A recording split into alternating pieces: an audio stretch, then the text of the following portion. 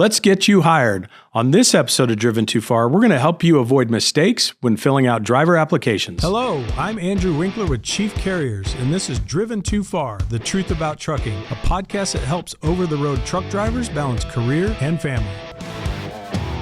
Hey, welcome back to Driven Too Far. On this episode, I want to talk about some of the common mistakes that drivers make when filling out an application for employment. And believe me, there's plenty of them. In fact, when I reached out to my recruiting department, I just asked the question. I know we get about 400 applications per month in our little company, but I said, hey, out of curiosity, what percentage of applications come through the process that are either incomplete or have falsifications on them? And what they told me was about 60%. So that's a huge chunk of those applications that either get set aside or never get looked at because they're incomplete or have a bunch of false information on them. And then on top of that, about 25% of them don't meet the basic hiring criteria that we've set up as a company. So when you're talking about 400 applications per month, you would think that, you know, when you only hire a handful of drivers per month, you would think, oh, most guys didn't meet your criteria for hiring. But in fact, that's not really the case. Most of them are getting set aside or piled over here because the driver didn't complete the application, because there was too many red flags in it as the recruiter started going through it. So I want to talk about some of those things. There's some very common things that drivers do. And I'm just going to tell you, if we can work through this with you and get you through this process, I think we've got a lot better chance of you getting that interview or that call back from that recruiter. So here we go. Maybe your driving work history isn't perfect, right? So something I want you to know is that we as carriers, we don't expect perfection. Very rarely do we ever get an applicant that comes through and they've got 20 years of experience and it's crystal clear and it's perfect and there's no blemishes. That's just not reality. In fact, when you think about how many miles drivers put on an annual basis, you're going to have some dents and dings and things that happen from time to time. But the trick is you're looking for drivers that it's just an occasional issue there. What you're trying to stay away from as a recruiter is drivers that have certain patterns of behavior. So let's just say you're ready to put in an application for a carrier you really want to work for, and your job history isn't perfect, right? Maybe you've had too many jobs or what you think is too many jobs. Maybe you've had a recent incident or accident or speeding ticket or something like that. So one of the most common things we see in recruiting when drivers fill out an application is they tend to omit some of the negative things or perceived negative things that they think will get them disqualified from the job. But what I want you to understand is from a FMCSA DOT perspective, when a driver fills out an application, we as a company and our recruiting department has to go back and verify almost everything on that application. And we have a lot of tools to do that. We have a lot of tools to get that done. So one of them is we run your MVR, right? Pretty common thing, your motor vehicle record. What are we going to get back on that MVR? It's going to be any accidents that you've had on there, maybe a speeding ticket, incidents like that. So we're going to cross-check our records against the application you put in. And if there's a discrepancy there, if there's something missing, omitted, just like I said, that application's probably going to be set over here in the pile, and we may or may not get back to it because we're going to focus on the applications that came in that were complete by the drivers. Those are the guys that are going to move through the system the fastest. And if they meet our qualifications and we're a good fit for each other, that's the driver that's going to get offered the job quickest. These guys over here that are trying to kind of skirt around some things and maybe omit or fudge some things, they get put in the pile over here and we may or may not get back to them at all. One of the other tools the dispatcher will run is something called a DAC history report. Most of your larger carriers use DAC or something similar to it, but it's essentially a work history. You know, what carriers have you worked for and what were the dates you were there, your employment history. It's a very easy way for us to run that. And again, we're cross-checking against what you put on your application. And by the way, most driver applications that you fill out for various carriers probably look very similar. That's because we're required and asked to have certain information on that application. So it may be arranged differently. They may ask some of the questions a little bit differently. But at the end of the day, all the information we're trying to gather from a professional driver has to be the same. And it's stuff we have to have in your file. CSA is another one we're going to run. So we're going to run your CSA background. That's going to tell us what kind of roadside inspections you had. Did you have any violations? Did you come up clean on that? Did you have any out of service violations with that? So there's sections in the application that are going to ask for your most recent tickets and fines and things like that. So don't skip over that. What I would tell you is you have a better shot of getting through the application process if it's complete, even if you have some black marks on your application. So you got a speeding ticket. So you were in a minor accident. So maybe you've had a few too many jobs in the last several years. Put it down. Don't skip over it, because if you falsify the app or you omit something, that app's going away. So take your chances. You may not qualify for every carrier, but you know what? Again, we're not expecting perfection from drivers. So fill it out, be accurate as possible, and then submit that app. You've got a better chance getting through the process with a fully filled out application than you do one that's missing different things. Here's some of the things that drivers get tripped up on most often when filling out the application. The first is the experience. So there'll be a section in the application that asks, how much total experience have you had? What kind of vehicles did you drive with that experience? So that would be things like, I drove a straight truck, or I drove a Class A dry van, tanker, flatbed, whatever that is. And it'll ask for your time or years experience with each one of those vehicle types. If you're applying for a flatbed job and you've not really had a ton of experience with flatbed, sometimes drivers are tempted to write that down. I've had 5 years of flatbed experience. The funny thing is, when we go back through the rest of the application and we start to look at the carriers you worked for, you didn't work for any flatbed companies. So where did you get that experience? So those are, that's one of the things drivers will try to do, is they'll try to embellish a little bit because they think we want to see that flatbed experience or whatever it might be. Again, just be honest with us. Don't embellish stuff. Don't make stuff up. Don't falsify your application. There's no quicker way to get it kicked out. The MVR part, it'll ask you what kind of accidents have you had in the last 3 years, or something like that. Write it down. And if you're unclear about something, like maybe you haven't actually seen your MVR, so you don't know how the state wrote up that accident, that motor vehicle accident, or maybe it's a ticket or something like that too. Write it down, even if it's incomplete. And maybe you put a question mark by it because you weren't really sure of the date. You don't remember the month and the year that happened, or you don't remember that the speeding ticket was for 6 to 10 over or 10 to 15 over.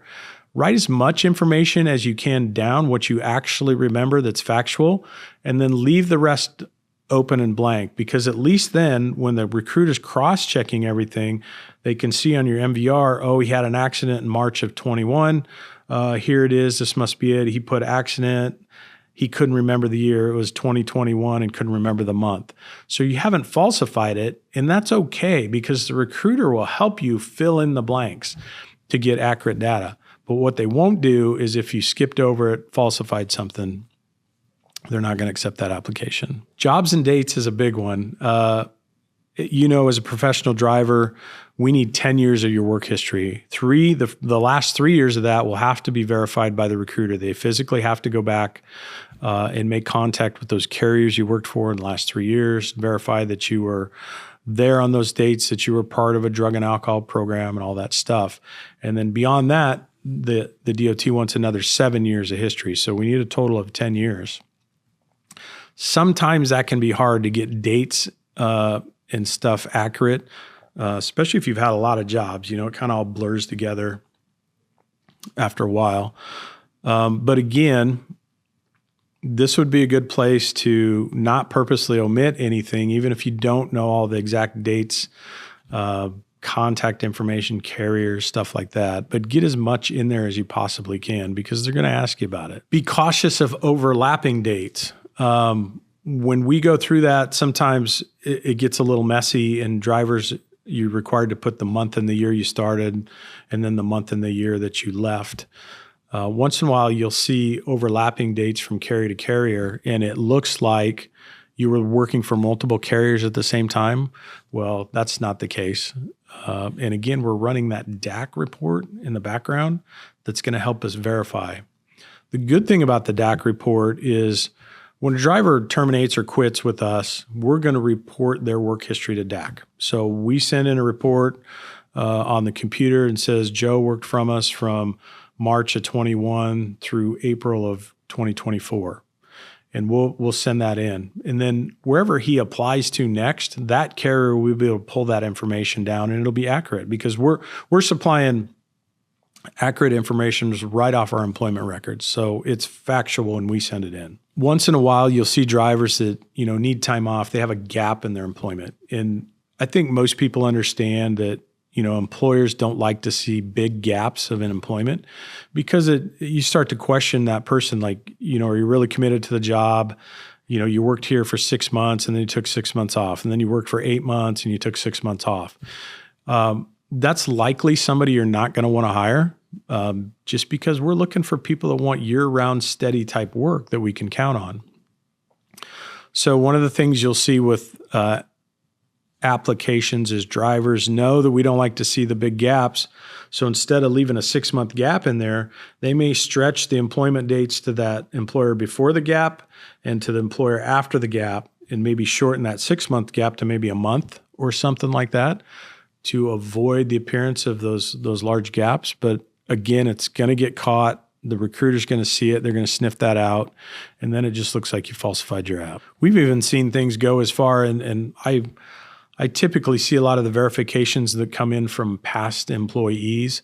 And I just remember one came through the other day. A fax came over, and I always look at them to see who's out there looking for jobs again. And if it's somebody maybe we want to ask to come back. I didn't recognize this gentleman's name. And for the date range that they put in there, I'm like, man, I don't remember that dude. And typed in, went into our TMS system, our dispatch system to look for the employment records. That we had no record of this person ever working for Chief Carriers. So that is something that drivers will do to fill a gap once in a while too, is they'll just make something up like, oh, I worked for Swift or I worked for Werner or something like that over these dates. And they're just making it up. They were never employed there. So can't get away with that either. Sorry. If I had to give some advice to drivers, it would probably be on this section in the application. And it talks about your previous employment and why you left that employment.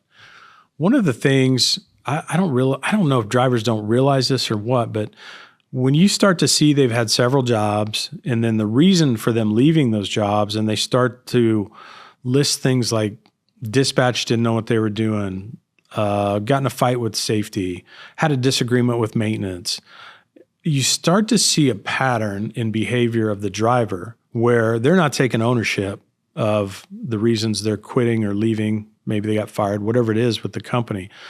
But I'm just going to tell you as an employer, if I see an application come in where this looks to be a difficult person, like they never take ownership or responsibility, it's always somebody else's fault, that application's out. We're not going to look at somebody like that. So even if that's the case for you, don't put things that blame other people. You could use something like wasn't a good fit. Okay. And now it's kind of generic, but I think it's something you and the recruiter could discuss, and it's going to give you an opportunity to kind of explain yourself rather than looking like you're just a difficult person to work with all the time. So maybe that's a good way to do it, is use something generic like not a good fit. Sometimes drivers couldn't get the miles. There's different reasons drivers come and go, I guess, but just be cautious of that. Look for your own patterns and try to put yourself in the recruiter's shoes. Okay, if I submit this and this is what I say my reasons for leaving those employers, what are they going to think of me? What are they going to think of my character as a driver? And when you get a chance to talk to that recruiter about some of the reasons you left, probably the best advice I could give you is be somebody that can learn and grow from their own mistakes. So even if you left those carriers for whatever reason, Be a little bit humble. Don't be the tough guy that thinks they know everything about trucking, that thinks they know more about than the dispatcher knows about trucking, and it was always the dispatcher's fault for not doing their job. You're part of that too. So be humble and be somebody that can learn and grow from mistakes. And if you have that conversation with a recruiter, I think it's going to work in your favor, because none of us are perfect and we all make mistakes. And if I can own it and recognize it, and I can become a better professional driver from that experience, then that recruiter is going to see that. And I think they're going to give you a chance. Best tips, best practices for filling out apps. So here we are. We kind of went through the application process and the pitfalls that drivers fall into, and some of the things drivers put on the applications that almost automatically get them disqualified. But if you're serious about finding a new job and you really want to do that, take some time to do it. Here's the first thing I think you should do. I mentioned that almost all driver applications are the same or very similar in the questions they ask, and they have to be that way. So take the time, maybe if you can get online and print out a generic driver app, and then take the time to fill out that app with accurate dates, times, places, carrier names. Answer all those questions in the application, and then keep that on file for yourself. So when you actually sit down to put in an application to that carrier you want to work for, you have all the accurate data already, and that's going to translate into that application for you. The recruiter's going to recognize that, and I think you're going to have a lot more success. And then as you know, hold on to that generic application. And if you have another job where you've come and gone, then you're just adding that to the bottom, and you've got a history or record of where you've been, the dates you've worked there, any of your, if you've gotten a ticket or a citation or in an accident or something like that, just keep adding to that. But the point is, you can sit down and you can fill out multiple carrier apps. You're going to be supplying them all the exact same information that's accurate and up to date. And that's one of the things that's going to push your application through the process faster when you have a complete and accurate application submitted. Thanks for joining us on this episode of Driven Too Far. If you're a professional driver in the industry struggling to get hired, reach out to us at chiefcarriers.com.